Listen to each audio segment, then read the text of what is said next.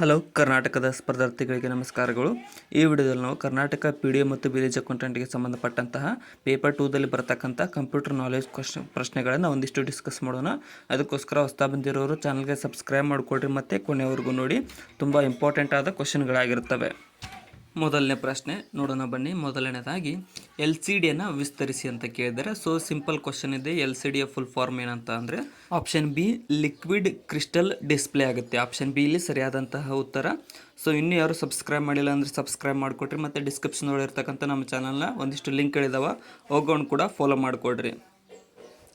ಕೆಳಗಿನವುಗಳಲ್ಲಿ ಯಾವುದು ಸರಿಯಾಗಿ ಇಲ್ಲ ಅಂತ ಕೇಳಿದ್ದಾರೆ. ಸೊ ಮೊದಲನೇದೇನೈತೆ ವರ್ಡ್ ಡಾಕ್ಯುಮೆಂಟು .docx ಸರಿಯಾಗಿದೆ. ಧ್ವನಿಗೆ MP3 ಅಂತ ಬರುತ್ತೆ ಎಕ್ಸ್ಟೆನ್ಷನ್, ಮತ್ತು ಪವರ್ ಪಾಯಿಂಟ್ PPTX ಅಂತ ಬರುತ್ತೆ. ಎಕ್ಸೆಲ್ಗೆ ಎಕ್ಸೆಲ್ ಬರಲ್ಲ, ಎಕ್ಸೆಲ್ XX ಆಗುತ್ತೆ, ಎಕ್ಸೆಲ್ SX. ಇಲ್ಲಿ ಕಂಪ್ಯೂಟರ್ನ ಆವಿಷ್ಕಾರ ಯಾರು ಅಂತ ಕೇಳಿದರೆ, ಸೊ ಕಂಪ್ಯೂಟರ್ನ ಕಂಡುಹಿಡಿದವರು ಯಾರು ಅಂತ ಕೇಳಿದರೆ, ಇಲ್ಲಿ ಸರಿಯಾದಂತಹ ಉತ್ತರ ಆಪ್ಷನ್ ಬಿ ನೋಡಿ, ಚಾರ್ಲ್ಸ್ ಬ್ಯಾಬೇಜರ್ ಅವರು ಕಂಪ್ಯೂಟರ್ನ ಕಂಡುಹಿಡಿದಂತಹ ಇದಾಗಿದ್ದಾರೆ, ವಿಜ್ಞಾನಿಯಾಗಿದ್ದಾರೆ. ಕ್ವಶನ್ಗಳು ಕೆಲವೊಂದು ಸಲ ಸಿಂಪಲಾಗಿ ಬರ್ಬೋದು, ಕೆಲವೊಂದು ಸಲ ಟಫ್ ಬರ್ಬೋದು, ಯಾವುದನ್ನು ನೆಗ್ಲೆಕ್ಟ್ ಮಾಡೋಕ್ಕೆ ಹೋಗ್ಬೇಡ್ರಿ. ನೆಕ್ಸ್ಟ್, ಕಂಪ್ಯೂಟರ್ನಲ್ಲಿ ಸಂಕೇತಿಸಿದ ಸೂಚನೆಯ ಪಟ್ಟಿಯನ್ನು ಡ್ಯಾಶ್ ಎಂದು ಕರೆಯಲಾಗುತ್ತದೆ ಅಂತ ಕೇಳಿದರೆ, ಕೋಡೆಡ್ ಪಟ್ಟಿಯನ್ನು ಡ್ಯಾಶ್ ಎಂದು ಕರೆಯಲಾಗುತ್ತದೆ ಅಂತಂದರೆ ಆಪ್ಷನ್ ಎ ಪ್ರೋಗ್ರಾಮ್ ಅಂತ ಕರೀತಾರೆ. ಕೋಡೆಡ್ ಪಟ್ಟಿಯನ್ನು ಪ್ರೋಗ್ರಾಮ್. ನೆಕ್ಸ್ಟ್,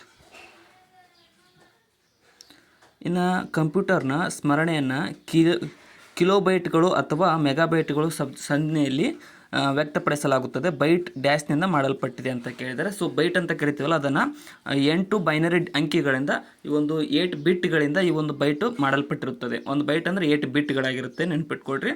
ಇನ್ನು ಬ್ಲೂಟೂತ್ ತಂತ್ರಜ್ಞಾನವು ಯಾವ ರೀತಿಯಾಗಿ ವರ್ಕ್ ಮಾಡುತ್ತೆ ಅಂತ ಕೇಳಿದ್ದಾರೆ. ಸೊ ಬ್ಲೂಟೂತ್ ತಂತ್ರಜ್ಞಾನ ಕೆಳಗಿನ ಆಪ್ಷನ್ಗಳನ್ನು ಓದ್ಕೊಂಡಾಗ ಸರಿಯಾದಂತಹ ಉತ್ತರವಾಗುವುದು ಇಲ್ಲಿ ಆಪ್ಷನ್ ಸಿ ನೋಡಿ. ಏನಂತ ಅಂದರೆ ಸಾಧನಗಳ ನಡುವೆ ಜೋಡಣೆ ಇಲ್ಲದ ಸಂವಹನಕ್ಕಾಗಿ ಈ ಒಂದು ಬ್ಲೂಟೂತ್ ತಂತ್ರಜ್ಞಾನವನ್ನು ಬಳಸಲಾಗುತ್ತದೆ. ಅಂದರೆ ವೈರ್ಲೆಸ್ ಅಂತ ಡೈರೆಕ್ಟಾಗಿ ಇಂಗ್ಲೀಷ್ ಒಳಗಡೆ ಹೇಳ್ಬೋದು. CPU ನೆಲೆ ಯಾವುದು ಅಂತ ಕೇಳಿದ್ದಾರೆ. ಸೊ CPU ಮೇನ್ ನೆಲೆ ಯಾವುದು? ಇಲ್ಲಿ ಸರಿಯಾದಂತಹ ಉತ್ತರ ಆಪ್ಷನ್ ಬಿ ಆಗುತ್ತೆ ನೋಡಿ, ಮದರ್ ಬೋರ್ಡು CPU ನೆಲೆಯಾಗಿರುತ್ತದೆ. ಅಂದರೆ ಅದರಿಂದನೇ ಮುಖ್ಯ ಕಾರ್ಯಗಳು ನಡೀತವೆ CPU. ನೆಕ್ಸ್ಟ್, ನಾವು ಡೇಟಾವನ್ನು ಎಕ್ಸೆಲ್ ಸ್ಪ್ರೆಡ್ಶೀಟ್ನ ಮೂಲ ಘಟಕಗಳಲ್ಲಿ ನಮೂದಿಸುವುದನ್ನು ಏನೆಂದು ಕರೆಯಲಾಗುತ್ತದೆ? ಯಾವುದೇ ಒಂದು ಡೇಟಾವನ್ನು ಎಕ್ಸೆಲ್ ಸ್ಪ್ರೆಡ್ಶೀಟ್ನ ಮೂಲ ಘಟಕಗಳಲ್ಲಿ ನಮೂದಿಸುವುದನ್ನು ಆಪ್ಷನ್ ಸಿ ಸೆಲ್ ಅಂತ ಕರಿತೇವೆ. ಒಂದು ಸಣ್ಣ ಯೂನಿಟ್ ಇದು, ಎಕ್ಸೆಲ್ ಶೀಟ್ನ ಸಣ್ಣ ಯೂನಿಟ್ ಏನಪ್ಪ ಅಂದರೆ ಸೆಲ್ ಆಗಿರುತ್ತದೆ. ಚಾಕ್ ಬಾಕ್ಸ್ ಇರುತ್ತಲ್ಲ ಸಣ್ಣದಾಗಿ, ಅದರಲ್ಲಿ ನಾವು ಟೈಪ್ ಮಾಡ್ತೀವಿ, ಅದಕ್ಕೆ ಸೆಲ್ ಅಂತ ಕರೀತಾರೆ. ಮತ್ತು ಅಂತರ್ಜಾಲದಲ್ಲಿ ಮೊದಲ ಹುಡುಕುವ ಇಂಜಿನ್, ಫಸ್ಟ್ ಸರ್ಚ್ ಇಂಜಿನ್ ಯಾವುದು ಅಂತ ಕೇಳಿದ್ದಾರೆ. ಸೊ ಇಂಟರ್ನೆಟ್ ಒಳಗಡೆ ಫಸ್ಟ್ ಸರ್ಚ್ ಇಂಜಿನ್ ಯಾವುದು ಅಂತಂದ್ರೆ ಆಪ್ಷನ್ ಬಿ ಆರ್ಕಿ ನೋಡಿ. ಇದು ನೆನ್ಪಿಟ್ಕೊಡ್ರಿ, ಯಾಕಂತಂದ್ರೆ ಭಾಳ ಸಲ ಎಕ್ಸಾಮ್ ಒಳಗಡೆ ಕೇಳಿದ್ದಾರೆ. ಆರ್ಕಿ ಅನ್ನುವಂಥದ್ದು ಫಸ್ಟ್ ಸರ್ಚ್ ಇಂಜಿನ್ ಆಗಿದೆ ಇಂಟರ್ನೆಟ್ ಇದರಲ್ಲಿ ವರ್ಲ್ಡ್ನಲ್ಲಿ. ಕಂಪ್ಯೂಟರ್ ಪ್ರಪಂಚದಲ್ಲಿ ಟ್ರೋಜನ್ ಎನ್ನುವುದು ಏನನ್ನು ಸೂಚಿಸುತ್ತದೆ ಅಂತ ಕೇಳಿದ್ದಾರೆ. ಸೊ ಟ್ರೋಜನ್ ಕೂಡ ಇದು ಈ ಟೈಪ್ ಕ್ವಶನ್ಗಳು ತುಂಬ ಇಂಪಾರ್ಟೆಂಟ್ ಆಗಿರ್ತವೆ. ಈ ಕಂಪ್ಯೂಟರ್ ಪ್ರಪಂಚ ಟ್ರೋಜನ್ ಅಂತ ಅಂದರೆ ಆಪ್ಷನ್ ಬಿ ಇದೊಂದು ಮಾಲ್ವೇರ್ ಆಗಿದೆ, ಅಂದರೆ ಸ್ಪೈವೇರ್ ಮಾಲ್ವೇರ್ ಅಂತ ಕರಿತೀವಲ್ಲ, ಬಗ್. ಆಪ್ಷನ್ ಬಿ ಸರಿಯಾಗಿದೆ. ನೆಕ್ಸ್ಟ್, ಟ್ರೋಜನ್ ವೈರಸ್ ಅಂತ ಕೂಡ ಕರಿಬೋದು. ಇನ್ನು ಕಂಪ್ಯೂಟರ್ನಲ್ಲಿ ಫೈರ್ವಾಲನ್ನು ಯಾವುದಕ್ಕೆ ಬಳಸಲಾಗುತ್ತದೆ ಅಂತ ಕೇಳಿದ್ದಾರೆ. ಸೊ ಈ ಹೆಸರೊಳಗಡೆ ಏನೇ ಇದೆ ನೋಡಿ, ಫೈರ್ ವಾಲ್ ಅಂತಂದರೆ ತಡೆಗೋಡೆ. ಇಲ್ಲಿ ಸರಿಯಾದಂತಹ ಉತ್ತರ ಆಪ್ಷನ್ ಏನು ನೋಡಿ, ಭದ್ರತೆ ಸಲುವಾಗಿ ಒಂದು ಫೈರ್ ವಾಲನ್ನು ಉಪಯೋಗಿಸಲಾಗುತ್ತದೆ, ಸೆಕ್ಯೂರಿಟಿ ಸಲುವಾಗಿ. ನೆಕ್ಸ್ಟ್, ಈ ಕೆಳಗಿನವುಗಳಲ್ಲಿ ಯಾವ ಪ್ರೋಗ್ರಾಮಿಂಗ್ ಭಾಷೆಯನ್ನು ಪ್ರತ್ಯೇಕವಾಗಿ ಆರ್ಟಿಫಿಷಿಯಲ್ ಇಂಟೆಲಿಜೆನ್ಸ್ಗಾಗಿ ಬಳಸಲಾಗುತ್ತದೆ ಅಂತ ಕೇಳಿದ್ದಾರೆ. ಸೊ ಇವಾಗ ಸುದ್ದಿಲಿರ್ತಕ್ಕಂಥ AI ಅಂತ ಕರಿತೀವಲ್ಲ, ಇಲ್ಲಿ ಸರಿಯಾದಂಥ ಉತ್ತರ ಆಪ್ಷನ್ ಡಿ ನೋಡಿ, ಪ್ರೋಲಾಗ್ ಮೂಲಕ ಈ ಒಂದು AI ಭಾಷೆಯನ್ನು ಬರೆಯಲಾಗುತ್ತದೆ. ಪ್ರೋಲಾಗ್. ರ್ಯಾಮ್ ಎಲ್ಲಿರುತ್ತದೆ? ರ್ಯಾಂಡಮ್ ಆಕ್ಸೆಸ್ ಮೆಮರಿ ಅನ್ನುವಂಥದ್ದು ಎಲ್ಲಿ ಕಂಡುಬರುತ್ತದೆ? ಇದು ಕಂಡುಬರುವುದು ಸರಿಯಾದಂಥ ಉತ್ತರ option C mother board. CPU mother ಬೋರ್ಡ್ನಲ್ಲಿ ಈ ಒಂದು ರ್ಯಾಮ್ ಕಂಡುಬರುತ್ತೆ. ನೆಕ್ಸ್ಟ್, ಇನ್ನು ಎಕ್ಸಿಫ್ನ ಪೂರ್ಣ ರೂಪ ಏನು ಅಂತ ಕೇಳಿದರೆ, ಎಕ್ಸಿಫ್ನ ಪೂರ್ಣ ರೂಪ ಫುಲ್ ಫಾರ್ಮ್, EXIFನ ಫುಲ್ ಫಾರ್ಮ್. ಇಲ್ಲಿ ಆಪ್ಷನ್ ಬಿ ನೋಡಿ, ಎಕ್ಸ್ಚೇಂಜಬಲ್ ಇಮೇಜ್ ಫೈಲ್ ಫಾರ್ಮ್ಯಾಟ್ ಅನ್ನುವುದು ಎಕ್ಸಿಫ್ನ ಫುಲ್ ಫಾರ್ಮ್ ಆಗಿದೆ. ನೆಕ್ಸ್ಟ್, 1 ಮೆಗಾಬೈಟ್ ಇದಕ್ಕೆ ಸಮನಾಗಿರುತ್ತದೆ ಅಂತ ಕೇಳಿದರೆ. ಸೊ ಈ ಟೈಪ್ ಕ್ವಶನ್ ಅಂತೂ ಒಂದು ಪಿಕ್ಸ್ ಇರುತ್ತೆ. 1024 ಅಂಕೆ ನೆನ್ಪಿಟ್ಕೊಡ್ರಿ. ಇಲ್ಲಿ ಸರಿಯಾದಂಥ ಉತ್ತರ ಮೆಗಾಬೈಟ್ MB ಆಗುತ್ತೆ. ಅದಕ್ಕಿಂತ ಕೆಳಗಿಂದ KB. ಆಪ್ಷನ್ ಬಿ 1024 ಕಿಲೋಬೈಟ್ ಆಗುತ್ತೆ. ಅದಕ್ಕಿಂತ ಕೆಳಗಿನ ಬೈಟ್ಸ್ ಅಂತ ಬರುತ್ತೆ, ಬೈಟ್ಸ್ಗಿಂತ ಕೆಳಗಿನ ಬಿಟ್ ಅಂತ ಬರುತ್ತೆ. ನಿರ್ದಿಷ್ಟ ವೆಬ್ ಪುಟದ ಸ್ಥಳಕ್ಕಾಗಿ ಅನನ್ಯ ಗುರುತಿಸುವಿಕೆಯನ್ನು ಏನೆಂದು ಕರೆಯುತ್ತಾರೆ? ಅನನ್ಯ ಗುರುತಿಸುವಿಕೆಯನ್ನು ಇಲ್ಲಿ ಆಪ್ಷನ್ ಸಿ ನೋಡಿ ಏನಂತಂದರೆ ಅಂದರೆ ಯು ಆರ್ ಎಲ್ ಅಂತ ಕರೀತಾರೆ. ನೆಕ್ಸ್ಟ್ ಲಿಂಕ್ ಇರುತ್ತಲ್ಲ, ಯು ಆರ್ ಎಲ್ ಲಿಂಕ್. ಗಣಕಯಂತ್ರಗಳು ಓದಬಲ್ಲ ಬಾರ್ಗಳು ಮತ್ತು ಅಗಲಗಳ ಅಥವಾ ಉದ್ದಗಳ ಸಾಲುಗಳನ್ನು ಒಳಗೊಂಡಿರುವ ಕೋಡ್ಗಳನ್ನು ಏನೆಂದು ಕರೆಯುವರು? ಇಲ್ಲಿ ಆಪ್ಷನ್ ಏನು ನೋಡಿ, ಬಾರ್ಕೋಡ್ ಅಂತ ಕರೀತಾರೆ. ಓದಬಲ್ಲ ಬಾರ್ಗಳು ಮತ್ತು ಅಗಲಗಳ ಅಥವಾ ಉದ್ದಗಳ ಸಾಲುಗಳನ್ನು ಬಾರ್ಕೋಡ್ ಎಂದು ಕರೆಯಲಾಗುತ್ತದೆ.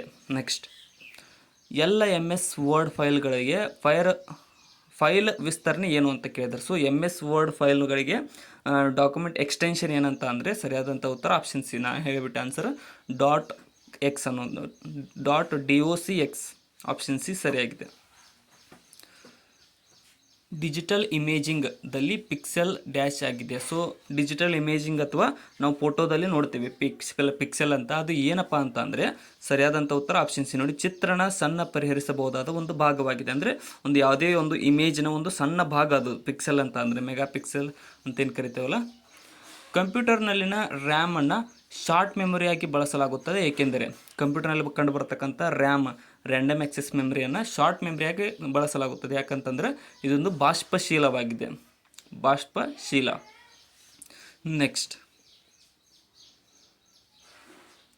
ಇವುಗಳಲ್ಲಿ ಯಾವುದು ಸರ್ಚ್ ಇಂಜಿನ್ ಆಗಿದೆ? ಸೊ ಕೆಳಗಿನವುಗಳಲ್ಲಿ ಯಾವುದು ಒಂದು ಸರ್ಚ್ ಇಂಜಿನ್?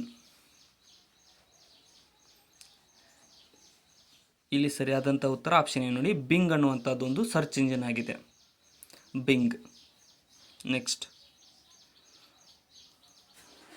ಕಂಪ್ಯೂಟರ್ನಿಂದ ಮಾಹಿತಿಯನ್ನು ಕಾಗದದ ಮೇಲೆ ಚಿತ್ರಾತ್ಮಕ ರೂಪಕ್ಕೆ ಭಾಷಾಂತರಿಸಲು ಯಾವ ಔಟ್ಪುಟ್ ಸಾಧನವನ್ನು ಬಳಸಲಾಗುತ್ತದೆ? ಇಲ್ಲಿ ಆಪ್ಷನ್ ಸಿ ನೋಡಿ, ಪ್ಲಾಟರನ್ನು ಬಳಸಲಾಗುತ್ತದೆ. ಪ್ಲಾಟರ್ ಮುಖಾಂತರ ಕಾಗದದ ಮೇಲೆ ಅದನ್ನು ಪ್ಲಾಟ್ ಮಾಡಲಾಗುತ್ತದೆ. ನೆಕ್ಸ್ಟ್,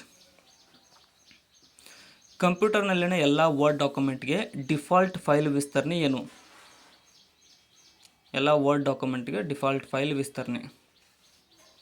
ಇಲ್ಲಿ ಆಪ್ಷನ್ ಸಿ ನೋಡಿ, DOC. ಆಲ್ರೆಡಿ ಈ ಕ್ವಶನ್ ನಾವು ಇಂಗ್ಲೀಷ್ ಒಳಗಡೆ ನೋಡಿದ್ದೀವಿ. ಇವಾಗ ನೆಕ್ಸ್ಟ್ ಇದೆ ಕೂಡ ಬಂದಿದೆ, DOC. ನೆಕ್ಸ್ಟ್, JPG ವಿಸ್ತರಣೆಯು ಸಾಮಾನ್ಯವಾಗಿ ಯಾವ ರೀತಿಯ ಫೈಲನ್ನು ಸೂಚಿಸುತ್ತದೆ? JPG ಅಂತ ನೋಡಿರ್ತೀರಿ.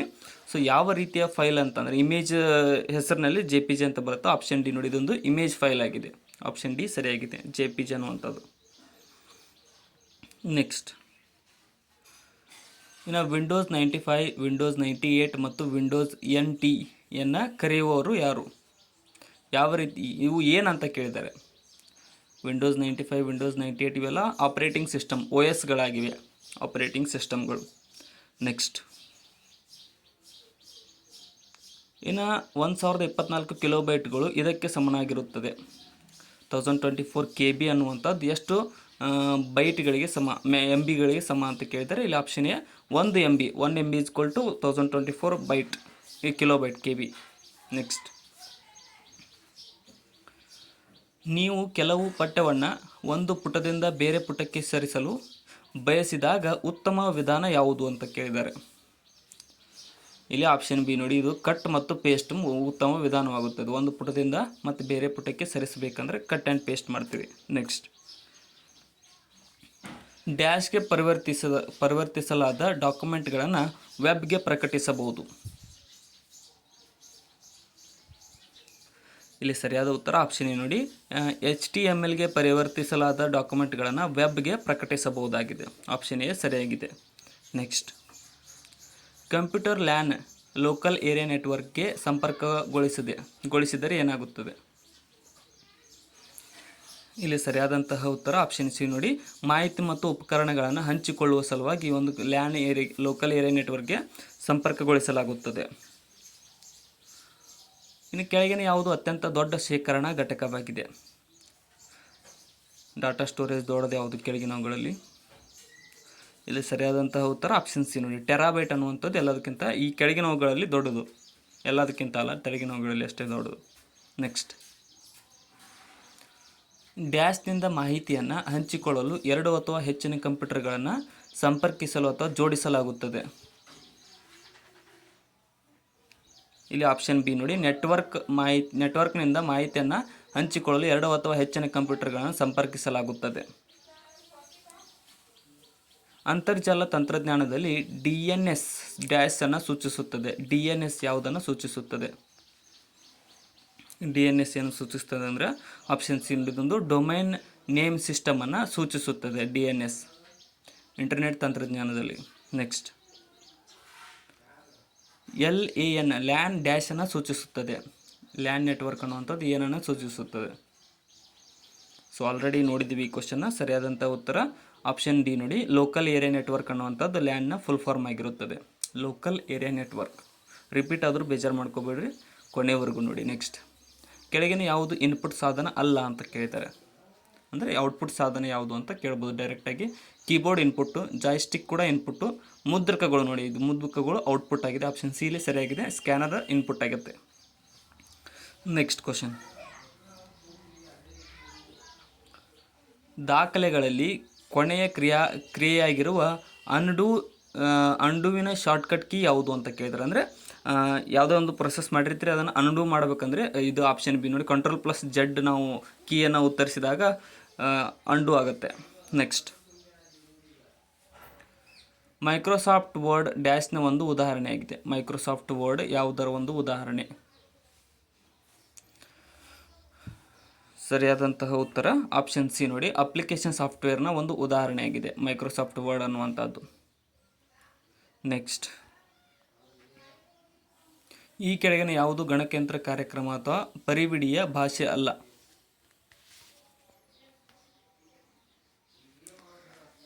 ಇಲ್ಲಿ ಸರಿಯಾದ ಉತ್ತರ ಆಪ್ಷನ್ ಡಿ ನೋಡಿ, ಮೈಕ್ರೋಸಾಫ್ಟ್ ಅನ್ನುವಂಥದ್ದು ಗಣಕಯಂತ್ರ ಕಾರ್ಯಕ್ರಮ ಅಥವಾ ಪರಿವಿಡಿಯ ಭಾಷೆಯಾಗಿರುವುದಿಲ್ಲ. ಬೇಸಿಕ್, C++, ಜಾವಾ ಇವು 3 ಭಾಷೆಗಳಾಗಿವೆ.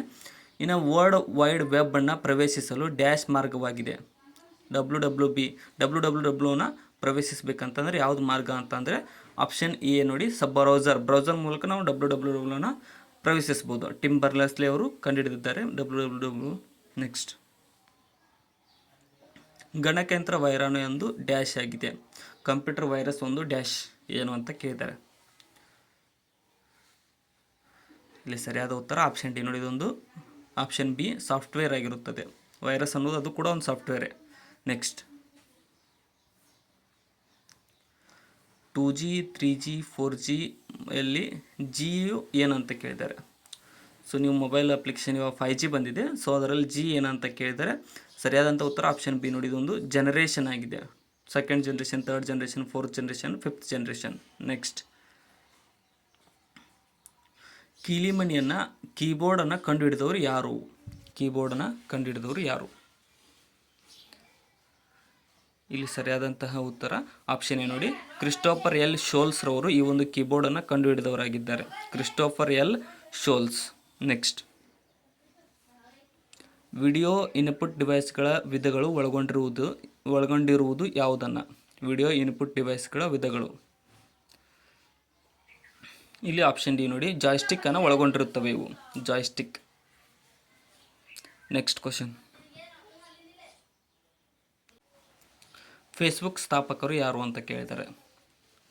So single T shirt man ಫೇಸ್ಬುಕ್ನ ಸ್ಥಾಪಕರು ಯಾರು ಅಂತ ಅಂದರೆ ಆಪ್ಷನ್ ಎ ನೋಡಿ, ಮಾರ್ಕ್ ಜುಕರ್ಬರ್ಗ್ ಫೇಸ್ಬುಕ್ಕನ್ನು ಕಂಡುಹಿಡಿದ ವಿಜ್ಞಾನಿಯಾಗಿದ್ದಾರೆ. ನೆಕ್ಸ್ಟ್ ಇಲ್ಲಿ ಅತಿ ಚಿಕ್ಕ ಸಂಗ್ರಹ ಘಟಕ ಯಾವುದು ಅಂತ ಕೇಳಿದ್ದಾರೆ. ಸೊ ಅತ್ಯಂತ ಸಣ್ಣದಾದ ಸಂಗ್ರಹ ಘಟಕ. ಇಲ್ಲಿ ಸರಿಯಾದ ಉತ್ತರ ಆಪ್ಷನ್ ಬಿ ನೋಡಿ, ಬಿಟ್ ಅನ್ನುವಂಥದ್ದು ಅತ್ಯಂತ ಚಿಕ್ಕದಾದ ಸಂಗ್ರಹ ಘಟಕವಾಗಿದೆ. ಬಿಟ್. ಆಪ್ಷನ್ ಬಿ ಇಲ್ಲಿ ಸರಿಯಾಗಿದೆ. ನೆಕ್ಸ್ಟ್ ಕಂಪ್ಯೂಟರ್ನಲ್ಲಿನ ಅತಿ ವೇಗದ ಮೆಮೊರಿ ಯಾವುದು? ಸ್ಪೀಡ್ ಮೆಮೊರಿ ಯಾವುದು ಕಂಪ್ಯೂಟರ್ನಲ್ಲಿ? ಯಾವುದೇ ಒಂದು ಓಪನ್ ಮಾಡಿದಾಗ ನಮಗೆ ಸ್ಪೀಡಾಗಿ ಬರೋದು ಆಪ್ಷನ್ ಡಿ ಕ್ಯಾಚ್ ಮೆಮೊರಿ ನೋಡಿ. ಕ್ಯಾಚನ್ನು ಕ್ಲಿಯರ್ ಮಾಡ್ತಿರ್ತೀರಿ. ಸೊ ಅದೇನಂತಂದರೆ ಸ್ಪೀಡ್ ಮೆಮೊರಿ ಸಡನ್ನಾಗಿ ನಮಗೆ ತೋರಿಸೋಕ್ಕೆ. ಇಲ್ಲಿಗೆ ಇವತ್ತಿನ ಕಂಪ್ಯೂಟರ್ ನಾಲೆಜ್ ಪ್ರಶ್ನೆಗಳು ಮುಕ್ತಾಯಗೊಂಡಿದ್ದಾವೆ. ಕೊನೆವರೆಗೂ ನೋಡಿದ್ದಕ್ಕೆ ಎಲ್ರಿಗೂ ಧನ್ಯವಾದಗಳು. ವಿಡಿಯೋನ ಆದಷ್ಟು ನಿಮ್ಮ ಫ್ರೆಂಡ್ಸ್ಗೆ ಶೇರ್ ಮಾಡಿ ಮತ್ತು ಡಿಸ್ಕ್ರಿಪ್ಷನ್ದೊಳಗೆ ಇರ್ತಕ್ಕಂಥ ನಮ್ಮ ಚಾನಲ್ ಲಿಂಕನ್ನು ಕೂಡ ಫಾಲೋ ಮಾಡಿಕೊಳ್ಳ್ರಿ. ಏನಾದರೂ ತಪ್ಪು ಅನಿಸಿದರೆ ಕಮೆಂಟ್ ಸೆಕ್ಷನ್ದಲ್ಲಿ ಕಮೆಂಟ್ ಕೂಡ ಮಾಡಿ. ಮುಂದಿನ ದಿನಗಳಲ್ಲಿ ನಮ್ಮದು ಅಪ್ಡೇಟೆಡ್ ವಿತ್ ಪೆನ್ ಯೂಸ್ ಮಾಡಿ ಕ್ಲಾಸಸ್ ಬರ್ತಾ ಇರ್ತವೆ. ಅದಕ್ಕೋಸ್ಕರ ಹೊಸ್ತಾ ಬಂದಿರೋರು ಸಬ್ಸ್ಕ್ರೈಬ್ ಮಾಡಿಕೊಡ್ರಿ. Thank you so much.